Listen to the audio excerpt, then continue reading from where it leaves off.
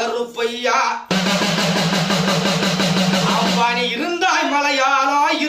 மலையாளம் இனி இருந்தாய் மேனாடி ஐயா நீ பிறந்தாய் மலையாளம் கருப்பையா இனி இருந்தாய் கீனாடி நீ எந்த வளத்தினிலே